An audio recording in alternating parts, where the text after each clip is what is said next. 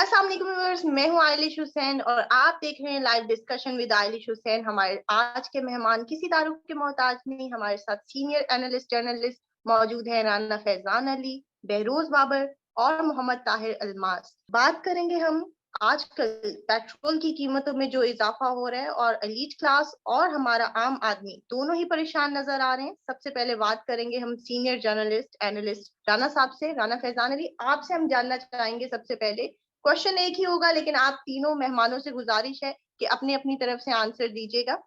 Petrol की कीमतों में जो इजाफा हो रहा है उसकी वजह क्या है राना साहब?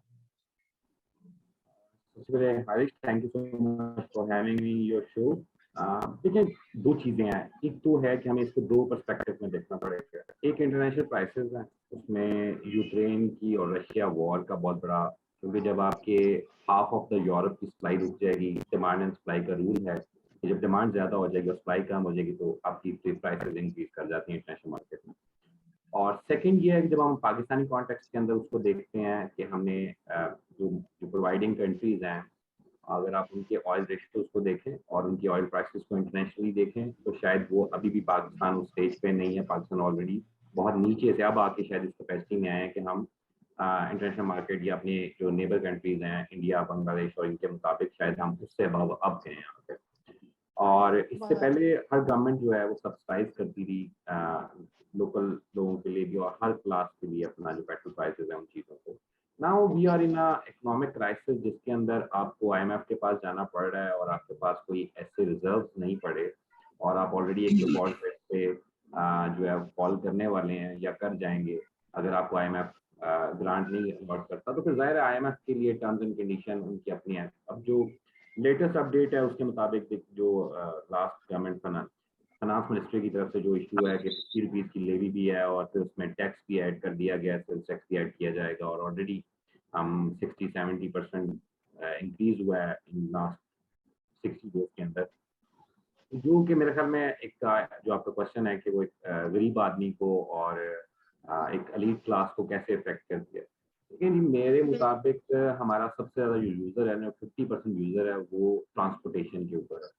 जो लोकल ट्रांसपोर्ट पे हमें जो चीज़ें आती हैं, जो जो चीज़ें जो हमारे लोग सफ़र करते हैं, वो मेट्रोज़ में हों या वो लोकल बसेस पे हों या वो छोटे बाइक्स पे या इवन उबर और इन चीज़ों को, इनसे ज़्यादा इन्फ्लेशन आती है। और इन इन्फ्लेशन की अगर मैं छोटी सी एग्जांपल आपको लोकलाइज, इस टाइम बकरे की ट्रांसपोर्टेशन हो रही है हमारे रूरल एरिया से अर्बन की तरफ, तो आप लास्ट ईयर से कंपैरिजन में कह रहे हैं 20-25% किराए बढ़ गए।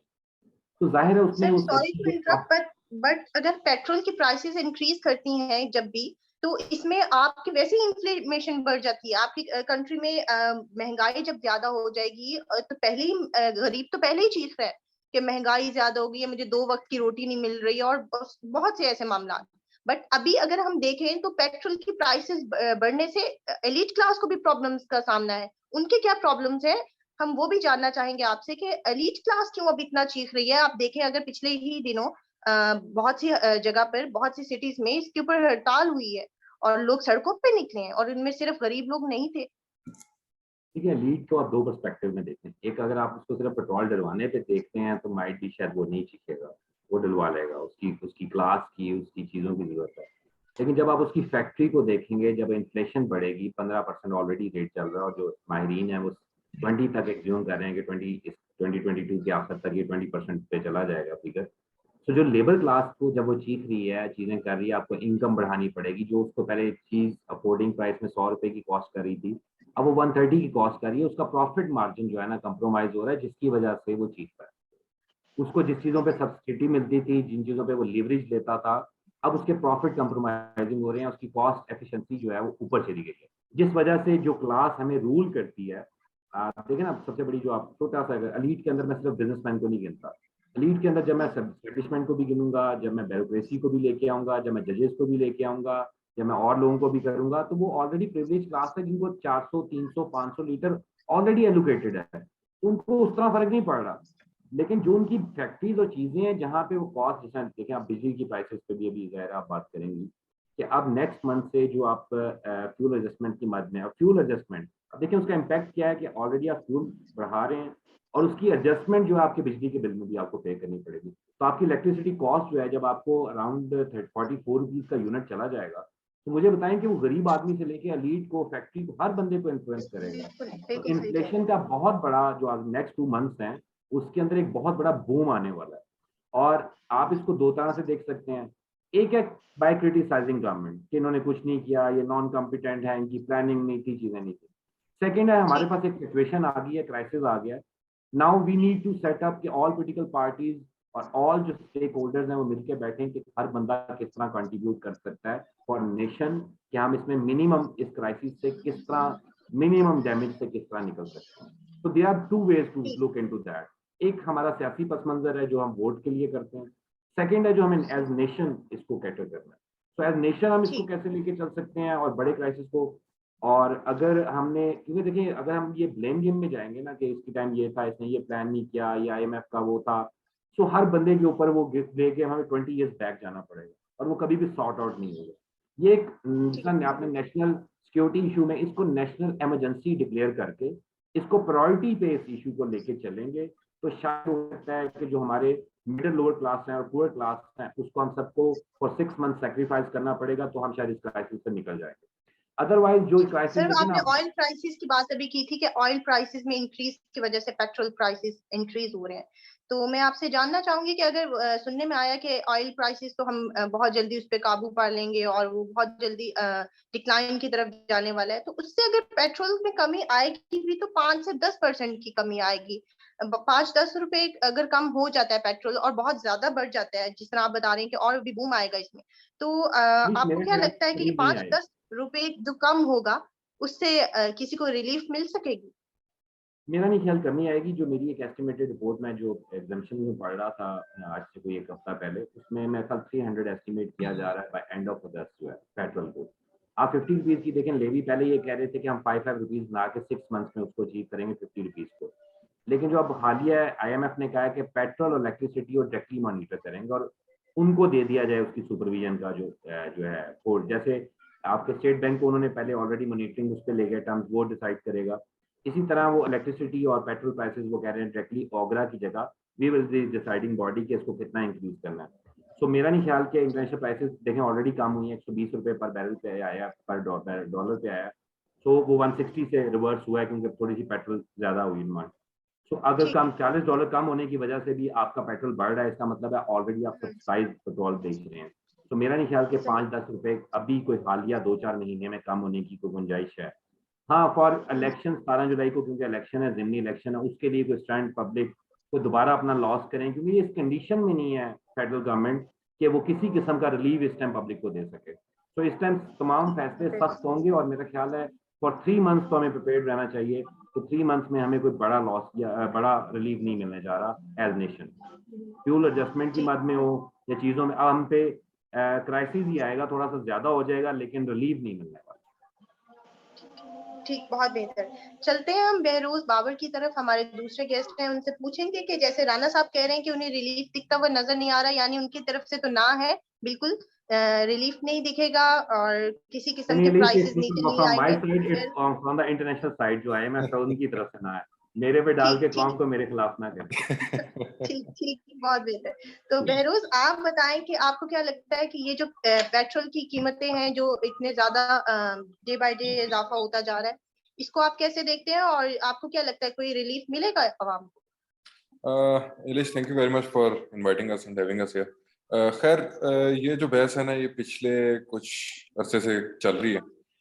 पेट्रोल की जो प्राइसेस की जो हाइक है, बेसिकली हमें ना इस चीज को समझने के लिए ना हमें ना इंटरनेशनली अगर हम देखें ना, तो ये प्राइसेस वैसे भी पूरी दुनिया में बढ़ रही हैं, लेकिन हमें क्यों ज्यादा फील होती है कि ये जो पेट्रोल है ये बेसिक नीड है, जो डेली वेजर और जो डेली जो बंदा कमा रहा है और जो अब एक घर का सर्कल भी चला रहा है, ठीक है, और उसके बाद उसने एक पूरी एक फैमिली चलानी है और उसके बाद उसने अपनी जरूरियात भी पूरी करनी है और उसने अपने काम के लिए जाने के लिए उसको बेसिक चीज क्या चाहिए, उसको पेट्रोल चाहिए। उसके बाद उसको बेसिक चीज क्या चाहिए, उसको बिजली चाहिए। सही है। और जो सोने पे सुहागा हुआ है वो ये हुआ है कि हमारे जो मुल्क के जो एक करेंसी है वो डी वैल्यू हो रही है दिन ब दिन। हम पहले सुनते थे कि डॉलर की प्राइस 100 रुपए होगी, उसके बाद हम सुनते थे डॉलर की प्राइस 110 होगी, तो हम सर पकड़ लेते थे कि यार ये इतना महंगा हो रहा है। और अब अगर आप देखें तो अब आपकी डॉलर की प्राइस जो है वो 205 से 210 रुपए इसके अंदर वेरी कर रही है और डेली इसके अंदर ही घूम रही है। तो आप खुद देख लें कि जो चीज पहले आपको 100 रुपए में मिलती थी वो आपको 200 रुपए में क्यों ना मिले। हम जो डॉलर की खरीदो फरोख्त करते हैं वो हम पाकिस्तानी रुपीस में नहीं करते, वो हम डॉलर, जो पेट्रोल की खरीदो फरोख्त करते हैं सॉरी से, वो हम डॉलर्स में करते हैं। वो हमने जो बाहर लोगों को पैसे पे करने हैं वो हमने डॉलर्स में ही करने हैं। अगर हम चाइना से कोई चीज इंपोर्ट कर रहे हैं हम उनको उनकी करेंसी में नहीं पे कर रहे, हम उनको पाकिस्तानी रुपीस में नहीं पे कर रहे, हम उनको डॉलर्स में पे कर रहे हैं। तो बेसिक इशू ये है कि जब तक हम डॉलर की प्राइस को कंट्रोल नहीं करेंगे, जब तक हमारी हुकूमत इस डॉलर के बहरान को कंट्रोल नहीं करेगी, तब तक इसको हम नहीं कंट्रोल कर सकते। वो हमारी बिजली, खान साहब के दौर के अंदर बिजली पूरी रहती थी, क्यों रहती थी? क्योंकि पेट्रोल की प्राइसेस और एनर्जी जो है ये इन्होंने शिफ्ट कर दी थी, पेट्रोल पे इसको बना रहे थे। ठीक है, हाइड्रो प्लांट्स हम लगा नहीं रहे, हम जो बिजली पैदा कर रहे हैं वो हम कोल पे कर रहे हैं, या हम उसको पावर प्लांट जो मियां मंशा साहब ने लगाए हैं और वो हुकूमत को ही बेची जा रहे हैं। ठीक है, तो वो पेट्रोल पे ही बन रहे हैं। और अब पेट्रोल की जो ये एक लोड शेडिंग का एकदम जो बरहान आया है, और ये लोड शेडिंग का बरहान भी इसी वजह से आया है कि पेट्रोल की प्राइसेस ऊपर गई हैं, इन्होंने पैसे नहीं दिए और वो बिजली पावर प्लांट बंद होना शुरू हो गया। और हमारे मुल्क की जो, अगर फर्ज करें अगर वो नीड हमारी अगर 16 मेगावाट थी, तो वो जो प्लांट्स बंद हुए हैं तो वो वापस हाइड्रो प्लांट पे आ गई, तो बिजली के ऑटोमेटिकली शॉर्टफॉल आना ही है। अब एलीट की बात आपने, जिस तरह रान साहब ने पहले डिस्कस किया कि एलीट और जो गरीब का मसला है, एलीट को फर्क इस वजह से नहीं पड़ता कि उसने डेली नहीं कमाना। ठीक है, उसके तो बिजनेस चल रहे हैं, उसने तो डीएचए के अंदर प्रॉपर्टीज खरीदी है, उसकी तो दिन ब दिन प्रॉपर्टीज महंगी हो रही हैं। अब मेरे कई ऐसे जानने वाले हैं जो प्रॉपर्टी रियल एस्टेट के साथ उनका बिजनेस है, और इस पिछले 3-4 साल के टेन्योर के अंदर लोगों ने जितना डॉलर की बजाय जितना रियल एस्टेट के अंदर इन्वेस्ट किया है, हम इमेजिन भी नहीं कर सकते। सिर्फ क्योंकि डॉलर आपका या आपकी जो करेंसी है वो पड़े पड़े डीवैल्यू हो रही है, लेकिन प्रॉपर्टी आपकी कहाँ जा रही है? वो आपकी प्राइसेस उसकी ऊपर जा रही है। तो लोगों ने उधर से पैसा निकाल के, बिजनेसेस से पैसा निकाल के उन्होंने इन्वेस्ट कहाँ पे करना शुरू कर दिया? जमीनों के अंदर पैसा इन्वेस्ट करना शुरू कर दिया। हमें एज अ कौम खुद शर्म करनी चाहिए कि हम इस कौम के साथ ज्यादती ना करें, इस मुल्क के साथ ज्यादती ना करें, और इस मुल्क में जो बुरहान है उसको हम एज अ कौम एक पर्सनली मैं समझूंगा कि इसको एक अपना मसला लेके इसको एड्रेस किया जाए। जो हम डॉलर जो बिजनेस कर रहे हैं, जो इंपोर्ट कर रहे हैं, वो डॉलर बाहर भेज रहे हैं, उससे इस मुल्क का नुकसान है। सीधी सी बात है, एक्सपोर्ट हमारी खत्म हो गई है, एग्रीकल्चर हमारा खत्म हो गया। एग्रीकल्चर खत्म होना इस मुल्क के लिए एक फिक्र है, ये एक अलमिया है हमारे लिए कि एक, हम लोग कॉटन के सबसे बड़े प्रोड्यूसर थे, एक्सपोर्टर थे, चावल के प्रोड्यूसर थे, एक्सपोर्टर थे, आम के प्रोड्यूसर थे, एक्सपोर्टर थे, लेकिन अब हम कहाँ स्टैंड कर रहे हैं? हमसे जो छोटे मुल्क हैं, जो बांग्लादेश, जैसे कि आप देख लें, बांग्लादेश हमसे कितने अरसे बाद हमसे ही आजाद हुआ, और इस वक्त उनका टका कहाँ पे है और हमारे रुपए की वैल्यू कहाँ पे? तो हमें इस चीज को जब तक हम काबू नहीं पाएंगे, हम पेट्रोल को और क्राइसिस को नहीं हैंडल। रोज इसको यहीं पर वाइंड अप करते हुए बस ये बताइएगा कि कोई रिलीफ दिखती हुई आपको नजर आ रही है, कि आपको भी लगता है राना साहब की तरह कि कोई रिलीफ नहीं मिल पाएगा? जब तक हम पेट्रोल की प्राइसेस, जब तक हम डॉलर की प्राइस और अपने एज अ कॉम हम इसको सीरियस नहीं लेंगे, इस मसले को, हम कुछ भी नहीं कर सकते। ये मुल्क दिन ब दिन नीचे ही जाएगा जब तक डॉलर आपका हैंडल नहीं होता। आईएमएफ बेशक कहता है कि हम आपको डॉलर आपके रिजर्व में रख देते हैं, चाइना एज अ फ्रेंड में कह देता है कि हम डॉलर आपके रिजर्व में रखते हैं, लेकिन वो कब तक रखेंगे? नई हुकूमत आएगी, वो एतमाद नहीं है ना। पीटीआई की हुकूमत आई थी, उन्होंने सीपैक का क्या हाल किया? चाइना हमसे बैक ऑफ हो गया। ठीक है, उनकी इन्वेस्टमेंट सारी देखे, मैं अगर आपके पास आपके ऊपर इन्वेस्टमेंट करूंगा तो मैं तो उसका आउटकम डिजर्व करूंगा ना। मैं उससे कुछ चीज चाहूंगा कि मैं अगर आपको 10 रुपए भी दे रहा हूं तो उसका कोई आउटकम मुझे मिले। तो चाइना ने भी हमारे ऊपर इन्वेस्टमेंट किया है। चाइना हमारा कोई दोस्त नहीं है, या इस तरह, वो भी एक बिजनेस, वो बिजनेस कर रहा है। अभी हम मोहम्मद ताहिर अल्मास से पूछ लेते हैं, उनकी तरफ जा रहे हैं, फिर आपसे दोबारा मैं ये क्वेश्चन पूछूंगी। आप आईएमएफ के जो राना साहब ने भी जिक्र किया, आपने भी किया, लेकिन अभी हम सेम क्वेश्चन ताहिर उनसे पूछेंगे। ताहिर अल्मास हैं हमारे साथ, वो बताएंगे कि पेट्रोल की कीमतों में इजाफा जो होता जा रहा है, उनमें उनको लग रहा है कि आवाम को कोई रिलीफ मिल पाएगी। ओके जी, thank you so much for inviting me over here. यही आंसर राना फैजान साहब ने किया। इस बात को बड़ा ब्रीफली उन्होंने बताया, इस बात को बहरोज साहब ने भी इस पे बात की। अच्छा, मुझे जो पॉइंट रेस करना है वो ये है कि पेट्रोल, जब एक पूरा स्टेट या एक कंट्री जब डिपेंडिंग, उसकी माशियत ही डिपेंडेंट है पेट्रोल पे, सो इतने अरसे से हम कोई ऑल्टरनेटिव एनर्जी पे क्यों नहीं जा सके? पूरी दुनिया में ऑल्टरनेटिव एनर्जीज को यूज किया जा रहा है। अब देखिए ना, अब इलेक्ट्रिक गाड़ियां हैं। अब यूरोप में कई जो भी मुल्कों ने उसको टाइम लिमिट बाउंड कर दिया कि जो गाड़ियां हैं इलेक्ट्रिक होंगी उस पे। अच्छा, अब ये इस पे देखना ये है कि क्या गवर्नमेंट फेलियर है इस पे, ये क्या देख नहीं सके इन चीजों को। जब आपकी मैशियत डिपेंडेंट है, आप चलते हैं उधार पे हैं सॉरी पैसे आपने उधार लेने हैं, राइट। जहां से आप पैसे लेंगे ना, वो फिर आपसे पूछेगा जरूर जी कि आप रिटर्न कैसे करेंगे। ठीक है, ऐसे हो नहीं सकता कि आप किसी मुल्क से या किसी इदारे से पैसे ले रहे हैं और वो आपसे ही पूछे ना जी रिटर्न कैसे करेंगे। उसके लिए वो पॉलिसीज बनाएंगे, वो इंटरफेरेंस करेंगे। देखें कि पेट्रोल की प्राइसेस अगर हाई होती हैं तो पेट्रोल, खाली पेट्रोल ही ना बढ़ता। जिस राणा साहब ने कहा कि ट्रांसपोर्ट का शोबा बहुत बड़ा है, वो ट्रांसपोर्ट से लेकर फिर घर के घरेलू अशिया, किचन तक हर चीज महंगी होती है। सो देखना ये है कि बिजली, अब साथ साथ देखें बिजली की प्राइसेस वो डिसाइड कर रहे हैं कि बिजली के यूनिट जितने बढ़ेंगे, ठीक है। तो इसको इसको सबसे पहले करना ये चाहिए कि ऑल्टरनेटिव एनर्जी की तरफ जाना चाहिए। ऑल्टरनेटिव एनर्जी को देखना चाहिए कि रिसोर्सेज क्या हैं। जो विंड एनर्जी के साथ साथ हाइड्रो की बात हुई थी, हमें इस तरफ जाना है। आरपीपीज के जो रेंटल पावर प्रोजेक्ट लगे हुए थे, वो सारी बिजली ऑयल पे पैदा कर रहे थे, पेट्रोल पे, राइट। पेट्रोल महंगा होगा, हर चीज महंगी होगी। एक तो ये वजह है, और दूसरा ये है कि जो गवर्नमेंट्स को चाहिए कि वो वार फुटिंग पेस पे काम करे और इनको जो प्रॉब्लम्स हैं इनको हल किया जाए। किसी तरीके से जो आम आवाम है, जो उनको रिलीफ दिया जाए, उनके लिए कुछ किया जाए। Thank you so much Tahir Almas. अभी हम राना फैजान अली की तरफ चल रहे हैं और उन्होंने क्योंकि आईएमएफ की बात की थी तो पूछना चाहूंगी मैं, राना साहब आईएमएफ का क्या इंटरेस्ट है?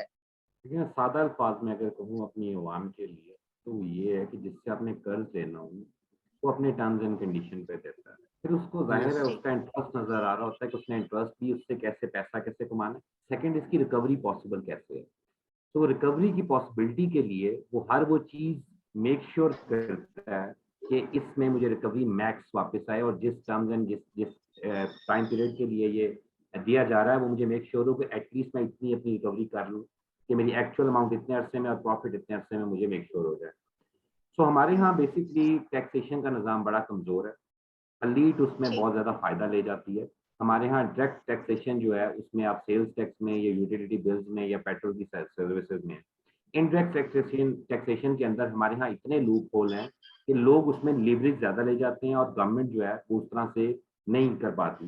तो उन्होंने उसी चीज़ पे टैक्स लगाना है जहाँ से उनको मेक श्योर होना है कि ये चीज़ तो हर बंदे की, एक आम कॉमन मैन से लेके आपकी रीड तक सबकी जरूरत है। जिस तरह पेट्रोल की आप बात कर रही हैं, तो पेट्रोल एक आम आदमी से लेके, क्योंकि देखें अगर वो खुद नहीं भी बाइक रखता तो जिस चीज़ पे उसने ट्रैवल करना है उस चीज़ के अंदर बस है या गाड़ी है या कोई भी ऐसी चीज़ है वो पेट्रोल पे चलती है। जब आप पेट्रोल प्राइसेस इंक्रीज करेंगे तो ऑब्वियस बात है कि उसके ऊपर इन्फ्लेशन का रेट आएगा, किराए बढ़ेंगे। ट्रांसपोर्टेशन, अगर सब्जियों की बात करें, अगर वो मंडी से लाई जाती हैं तो वो ट्रकों पे लाई जाती हैं, तो उन चीज़ों पे फिर उसके बाद लोकल ट्रांसपोर्ट बढ़ जाएगी।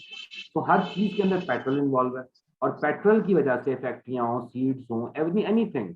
तो आईएमएफ का इंटरेस्ट इसलिए ज्यादा होता है बिजली के अंदर और पेट्रोल प्राइसेस के अंदर कि ये हम मेक श्योर करते हैं मैक्सिमम रिकवरी को। दैट्स द रीजन कि वो इसकी, और दूसरा ये दोनों ऐसी चीजें हैं जो यूटिलाइजेशन ऑफ सिंगल में, लेकिन आप बिजली के बगैर सर्वाइव कर सकते हैं ना पेट्रोल के बगैर सर्वाइव कर सकते हैं। क्योंकि यहाँ से मैं इस्लामाबाद पैदल नहीं जा सकता, या मैं कहीं पे इस टाइम कहीं पे भी रहता हूँ एक सिंगल फ्लैट में भी, तो एसी, टीवी, लाइट्स, पंखा मेरी नेसेसिटीज में से है। तो मुझे उन चीजों को ओवरकम करने के लिए ये दो चीजें उन्होंने मेक श्योर कर ली है। फिर थर्ड बड़ी ब्रैकेट है जो आपके यहाँ जो आपका सैलरी परसेंट है वो, सो सैलरी परसेंट पे भी उन्होंने आपको कैप कर दिया, उस पर भी टैक्स उसके इंक्रीज करने जा रहे हैं वो। फोर्थ, उन्होंने जो मेक श्योर करते हैं कि आपको किस तरह से करे, वो जो ऑलरेडी फाइलर सर्कल है आपका, जिसको आप इंक्रीज करने की बात तो करते हैं, लेकिन जो ऑलरेडी फाइलर सर्कल है ये उनको और दबोचते हैं, बल्कि नए बंदे को आने के लिए वेलकम या उसको फैसिलिटेटर नहीं बनते, जिसकी वजह से लोग इसको अवॉइड करते हैं टैक्स नेट में आने की वजह से। आप ऑलरेडी जो एग्जिस्टिंग पॉइंट, जो लोग, अगर आपके पास 5 लाख लोग एग्जिस्टिंग है या 25 लाख लोग जो ऑलरेडी बहुत बड़े अपने रिजर्व और चीज़ों के ऊपर आप पाकिस्तानी कौम से लॉयल हैं, अपनी हर चीज़ फाइल करते हैं, अपना टैक्स फाइल करते हैं, ये उन पे ही मैक्सिमम लोड डालते जा रहे हैं जो नेटवर्क में नहीं है उनके लाने के लिए फैसिलिटी। और दूसरा एक और जो चीज़ है जो ओवरऑल हमारे यहाँ कोई भी गवर्नमेंट जो है ना वो सस्टेनेबल नहीं रही, बदकिस्मती से। हम किसी लीडर को तो ब्लेम कर देते हैं, पिछले आप 25 साल में देख लें कोई गवर्नमेंट सस्टेनेबल। सो पॉलिसी तब सस्टेनेबल होगी जब आप आते ही एक कानून को चेंज कर देते हैं अपनी फैसिलिटी के लिए, आते ही आप दूसरों को रिलीफ दे देते हैं उसके अंदर, सो शॉर्ट टर्म प्लान के लिए आप लॉन्ग टर्म जो मुल्क का नुकसान कर जाते हैं, जिसकी वजह से हमें ये क्राइसिस आज देखना पड़ रहा है। आप देखिए कि एग्रीकल्चर जो जिस स्टेट को एग्रीकल्चर कहा जाता था, आज हमें गंदम तक बाहर से इम्पोर्ट करनी पड़ रही है। बिल्कुल ऐसे ही है। आपको जहाँ दुनिया पे आपके 70s 80s 90s तक हम एशियन टाइगर्स कहलाते थे।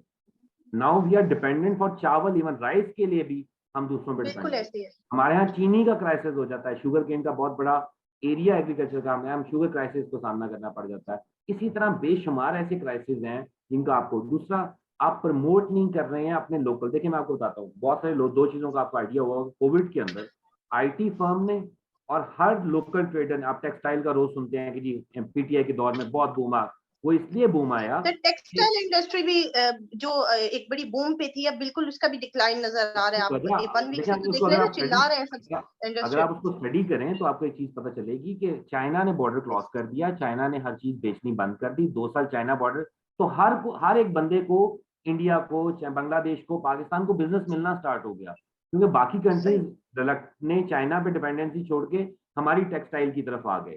सो अगर वो इतना बड़ा फैक्टर था, तो इसलिए देखिए ना, चाइना के पास इतनी बड़ी इंडस्ट्री है, तो चाइना ने अगर 2 साल अपना बॉर्डर क्लोज रखा, तो जाहिर है जो जो डिमांड है वो कहीं और शिफ्ट हो जाती है। सो पाकिस्तान ने उस टेक्सटाइल को इसलिए बूम मिला। उसमें कोई स्पेसिफिक देखे ना, हमारे यहाँ कोई लोकल कार ऐसी नहीं है जो इन बिल्ट यहाँ पे ही असेंबल्ड होती हो। आप इतनी बड़ी कंट्री हैं, इंडिया देखें कहाँ से कहाँ निकल गया इस टेक्नोलॉजी के अंदर, आईटी फर्म के अंदर, कार इंडस्ट्री, मोबाइल इंडस्ट्री के अंदर, केमिकल इंडस्ट्री के अंदर। क्योंकि वहां पे देखें गुजरात के अंदर स्पेसिफिकली उन्होंने लोगों को टफ टाइम दिया, कंट्रीज को टफ टाइम दिया कि यहाँ आके इन्वेस्ट। जैसा मैं आपको छोटी सी पेप्सी एंड कोक की, तो उन्होंने कोक एंड पेप्सी को कहा कि प्लांट ये है और आप 20 ईयर्स तक ये जो पैसा है ये यहाँ से विड्रॉ नहीं कर सकते, यहीं पे इसका रिसाइकल। तो यही रिजर्व्स को मेक श्योर करने का तरीका होता है। आप क्या कर रहे हैं, आप चाइना से बहुत बड़े प्लांट्स और चीजें साइन करने जा रहे हैं, लेकिन सिर्फ लेबर क्लास को फायदा दे रहे हैं, और जो आपका जो जो प्रॉफिट मेकिंग चीजें वो तो चाइना ले जाएगा। आप ईस्ट इंडिया कंपनी वाला ही हाल कर रहे हैं इनडायरेक्टली अपनी कंट्री का। आपने शॉर्ट टर्म फायदों के लिए बहुत बड़े बड़े साइन कर लिए हैं एमओयूज, और मैं हैरान हूं कि हमारा जो भी वजीर खारजा आता है, जो भी वजीर दाखिला आता है, एक नई अप्रोच के साथ आता है। वो आके पिछले को क्रॉस कर देता है और नई टर्म्स एंड कंडीशन को इंट्रोड्यूस कर देता है, जिससे जो चीज, जैसा 2030 विजन दिया था एहसन इकबाल ने 25 तक, उसकी इम्प्लीमेंटेशन नहीं दी। आपने यूनिवर्सिटीज रोक दी, आपने CPEC रोक दिया, आपने चीजें रोक दी, तो क्या हुआ कि आपके जो नौजवान थे वो बेरोजगार हो गए, और आपने जो इंडस्ट्री लगानी थी और जो चीजें चलनी थी। तो हमारे यहाँ हर डिपार्टमेंट में जब तक इमरजेंसी डिक्लेयर नहीं होगी, long term 10 year 15 year policies नहीं आएंगी, कोई गवर्नमेंट भी आके उसको सस्टेनेबल नहीं बनाएगी, मेक श्योर नहीं करेगी। और जो दूसरा आपने सियासी महाज खोला हुआ है नैब के नाम पे, तो ब्यूरोक्रेसी को आपने उससे निकाल दिया। तो सर यार, जो सिर्फ इनिशिएटिव ले रहा है आदमी, जो कोई मंसूबा बना रहा है, उसको आप सजा दे रहे हैं। जो एक्चुअल बॉडी है जिसने सारा प्लांट देखना है, फिजिबिलिटीज देखनी है, उसको मेक श्योर करना है, उसमें करप्शन नहीं होनी, उसको एग्जेम्पशन दे दी। तो कैसे आप श्योर करेंगे कि करप्शन नहीं हो? तो ये चीजें हैं जहाँ पे जब तक आप एक क्राइसिस को बहुत सीरियसली लेंगे, और लीडरशिप का यहाँ पे सीरियस होना बहुत जरूरी है। हम शॉर्ट टर्म में नून लीग का सर्वाइवल सोच रहे हैं, हम पीपल्स पार्टी का सर्वाइवल सोच रहे हैं, हम इमरान खान साहब की साजिश के स्लोगन्स के पीछे छुपे हुए हैं। और जो एक क्राइसिस हमें आने वाला है, मेरा ख्याल है कोई लीडर भी उसको सीरियसली नहीं ले रहा। और हम शॉर्ट टर्म पे चाइना से पैसे मांग लिए, सऊदीया से पैसे मांग लिए, ये शॉर्ट टर्म प्लान है। जब उनका दिल करेगा वो आपसे पैसे वापस मांग लेंगे, आप उसी सिचुएशन, आज निकल जाएंगे 10 दिन बाद आ जाएंगे, 10 दिन बाद निकल जाएंगे 2 साल बाद आ जाएंगे। तो आप इसको लॉन्ग टर्म में प्लान जब तक नहीं करेंगे, शॉर्ट टर्म में आप सिर्फ रिलीफ दे सकते हैं, पर लॉन्ग टर्म में आप अपने आप को बिल्ड कर सकते हैं। तो आपने जैसा आगे ताहिर साहब ने कहा कि आपने एनर्जी प्लांट को प्लान नहीं किया, या आपने लॉन्ग टर्म चीजों को प्लान नहीं किया, तो आज आपका क्या हुआ कि वो जो पैसा थोड़ा सा ऊपर गया, आपका एनर्जी का क्राइसिस वहीं पे खड़ा है जो 2012 में हो गया था। आप तीनों मेहमानों की कीमती वक्त का बहुत शुक्रिया। उम्मीद करती हूँ व्यूअर्स आपको भी ये प्रोग्राम पसंद आया होगा। लास्ट में हम आप तीनों मेहमानों से एक ही सवाल पूछना चाहेंगे, और वो ये कि इसको आप कैसे कंक्लूड करेंगे, कैसे काबू पाया जा सकता है, कोई फॉर्मूला है आपके नजदीक? सबसे पहले ताहिर आप बता दीजिए। मेरे ख्याल में जी संजीदा कदम उठाने की जरूरत है। संजीदा नहीं, इंतहाई संजीदा कदम उठाने की जरूरत है। ब्लेम गेम जो हम अच्छे से सुनते आ रहे हैं, पिछली गवर्नमेंट ने क्या किया, उस गवर्नमेंट ने क्या किया दिया, और ये इन चीजों से निकलें बाहर। राइट, अब ये IT का दौर है, और आज आप देखें कि दुनिया जो है ग्लोबल विलेज बन चुकी है।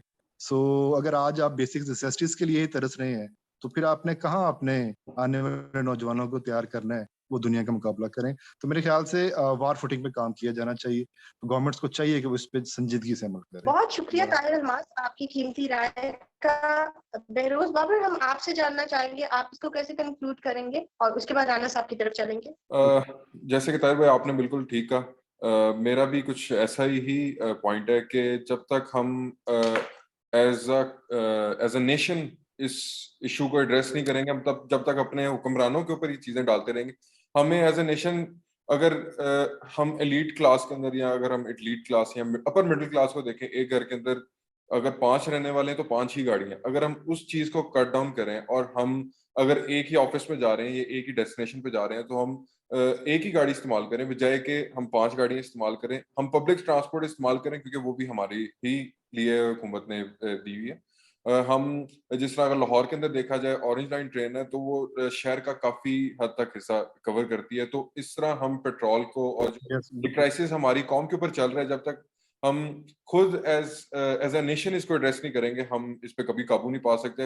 हुक्मरान जितना मर्जी हमारे लिए कर लें, वो सिर्फ हमारे लिए, जैसे राणा साहब ने पहले कहा कि रिलीफ ला सकते हैं लेकिन वो इसका कोई हल नहीं निकाल सकते। हल हमने खुद निकालना है। पहले अर्ज कर रहा था कि बाबडा का एम्प्लॉय अगर उसको कुछ यूनिट्स फ्री मिलते हैं तो उसको किस हिसाब से मिलते हैं, किस खाते में से मिलते हैं? हम अवाम के दिए हुए टैक्सेस के अंदर से निकलते हैं। अगर कोई सरकारी अफसर है तो उसको अगर महीने का 1000 लीटर पेट्रोल मिलता है तो किस हिसाब से मिलता है, किस खाते से मिलता है? वो हम अवाम का दिया हुआ टैक्स है। और वो टैक्स है जो अगर आप हमारी कौम का अगर जो लास्ट FBR का जो एक इदादोशुमार के मुताबिक 22 करोड़ अवाम के अंदर से महज 5 से 6 लाख लोग फाइलर हैं जो सिर्फ टैक्स पे करते हैं, जिनके सर के ऊपर मुल्क चल रहा है। जी, मैं अल्मास भाई की भी, ताहिर भाई की भी और बहरोज की भी बात से ना 100% मुत्तफिक हूँ कि ये चीजें होने हुए बगैर हम इन चीज क्राइसिस से नहीं निकल सकते। बल्कि ट्रांसपोर्टेशन की जहाँ बात की, पूरी दुनिया के अंदर जो सफर होता है, जब वो अपनी वर्किंग लाइफ डे जो इसको ऑफिस लाइफ कहा जाता है, या जो आपकी जिंदगी का वो ट्रांसपोर्टेशन पे, लोकल ट्रेन का सिस्टम है हमारे यहाँ तबाह कर दिया गया, बसेस को, चीज़ों को, तो आपको PIA को रिवाइव करने के लिए, रेलवे को रिवाइव करने के लिए ट्रांसपोर्टेशन पे लेके आना पड़ेगा। सेकंड, अब हमें ये वाकई बात सोचनी पड़ेगी कि हमें पूल में चलना पड़ेगा कुछ अरसे के लिए, ताकि कंजम्पशन को कम किया जा सके, ताकि डिमांड कम हो और रेट नीचे आ सकें। और जो उसके बाद के, अगर जब तक हमारा डॉलर स्टेबल नहीं होगा, हम क्राइसिस से नहीं निकल सकते। हमें लॉन्ग टर्म के लिए, चीज़ों के लिए इंडस्ट्री को स्ट्रॉन्ग करना होगा, हमें एग्रीकल्चर को स्ट्रॉन्ग करना होगा, हमें डिपेंडेंसी से निकलना होगा, हमें इंडिपेंडेंट पॉलिसीज बनानी पड़ेंगी। और हमें मॉडल जो है, जिस तरह देखिए इस टाइम हमारे अफगानिस्तान की जो करेंसी है वो पाकिस्तान से, जिसको 10 साल हो गए, 20 साल हो गए वॉर के अंदर, वो उसके बावजूद करेंसी जो है उनकी पावरफुल है। और पाकिस्तान जिसने इतना सेक्रीफाइस किया, जिसके पास बहुत कुछ है, ब्रेन है, टेक्नोलॉजी है, वो फिर भी स्ट्रगलिंग स्टेज के अंदर है। सो हमें भी इमरजेंसी डिक्लेयर करके बहुत सारी चीज़ें प्रायोरिटी पे करने की जरूरत है। और सबसे बड़ी बात कि अब आपको पेंशन्स को, एक्स्ट्रा माइलेज को, एक्स्ट्रा मरात को बंद करना पड़ेगा।